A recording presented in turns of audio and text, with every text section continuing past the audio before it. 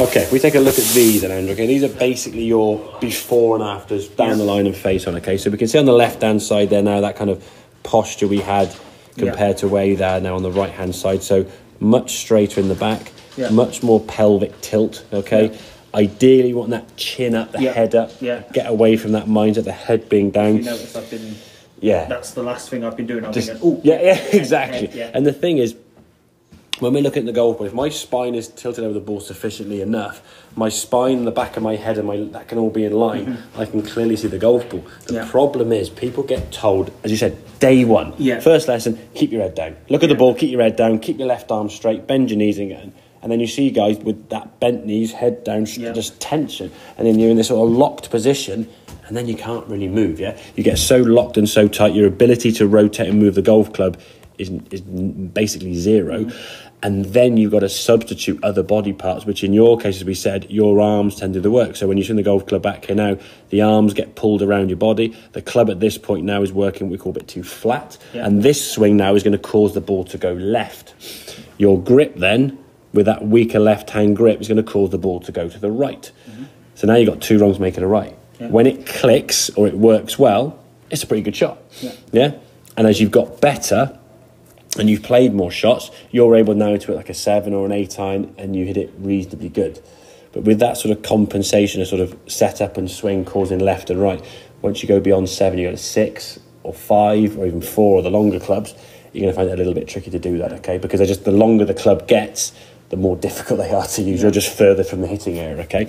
So in terms of the swing, I mean, the grip on there, we could say is probably still a little on the weaker side. We should, at this point now, we should better see that logo on that club, and your watch should be facing around a bit more towards us. Because what we've got to try and do when you go and practice is, yes, you've got a much better lowercase Y there. That's good. But the left hand now is a bit round this, which means your left shoulder is going to be a bit shrugged up, okay? So with that... Do you sort of grip it across the fingers? That's not a natural move, okay? Let your arm just hang down now, hold it down, your fingers down there. There you go. There you go. Perfect. So the second you turn your hand into that sort of bowed positioning now to see where your fingers go, even if you put it across the fingers now, what people do is they just grab it this way. So your wrist is still in the wrong position. You might be holding it in the right spot, but then your wrist is in this sort of like contorted position. The best way I would say, if I'll try and draw on here so we can show you, is hold the golf club in your hand out this way with the club down by your left side. So you're going to hold the club up here like that, If I said you just hold it there, you probably you wouldn't turn your hand under. I can't even hold the golf club, it hurts. That makes so hold it there as a checkpoint, which I can't put on the thing, but I'll show you now. I hope this will make sense when you hit the video. When you're holding the club correctly, I can take the back 3 fingers off and the thumb, and I've got the club there. If I'm gripping it like this or that way, take the back 3... it falls out. You want the pad of this hand to be sitting on top of the grip there. Like that, so I can hold the club there, thumb and forefinger, take the back 3 fingers off, and I can support the club underneath this pad, not the lifeline. So in the lifeline, and this is where a lot of people get when they hold their glove, they wear out here quite a lot because basically they're gripping it across the palm and it's just rubbing. If you do that long enough, you get friction, that material is going to wear out, okay? So we can get it in the fingers more, not by having this kind of twisted left hand and sort of see where it's going to go. You've got to feel and know where it's going to go. One thing I've always, after about 14, 15 holes. My hands, I'd say that's probably gripping it too tight.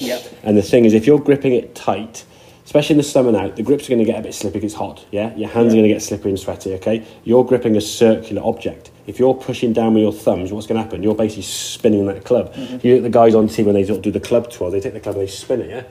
If you're doing that as the club is swinging around your hand, that's just going to rub. You're just basically spinning it. If you hold it looser, it will actually move less. The tighter you hold it, it's a round object. So if you're pushing on a round object, it's going to spin. So the more spin you get with the grip, the more it's going to rub, and that's when you sort of get these sort of calluses across all the fingers there, where it sort of hurts basically across the non-glove hand. Okay. So gripping it better is just definitely going to help. The posture-wise, I think it's definitely in a much better position, okay? I think I would practice this setup in front of the mirror there, where if we go through all this sort of jazz here now, start with the feet together. I mean, that's close enough to be fair, okay? And put the club in your hand, and you can see there your logo now is visible.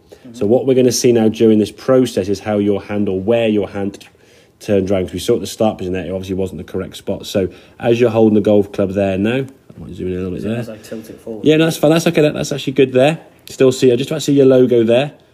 Then you bring your right hand on here now, and then when your right hand joins, then there. Okay, yeah. Yeah, so you see just between your fingers there, these are the back fingers, they're playing the little trombone, that's when it changes because you're trying to go to comfort.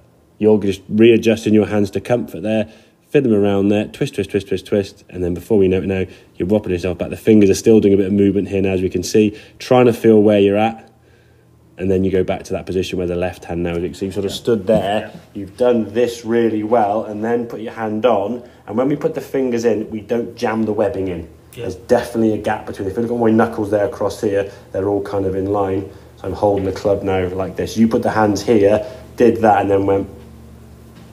Yeah. Did that, and then just again, you're just trying to find comfort. Yeah. I would say at the moment, this is going to sound a bit harsh. When you're gripping it correctly, it'll feel wrong or it'll feel uncomfortable. Yeah. If you're gripping that club, you go, this was really good.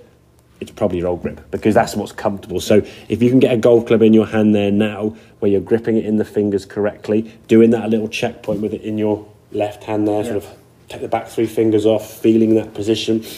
Do that again 2 or 3 times a day for a minute. Just the more often you can have a club in your hand, the more familiar you're going to be with that club and how it feels. So then when you go on the golf course, the driving range, you're not thinking about this setup. You're grabbing the club and 1, 2, 3, boom, boom, boom, and you're done. Then you can sort of get that sort of spine angle tilt, which you've done pretty well.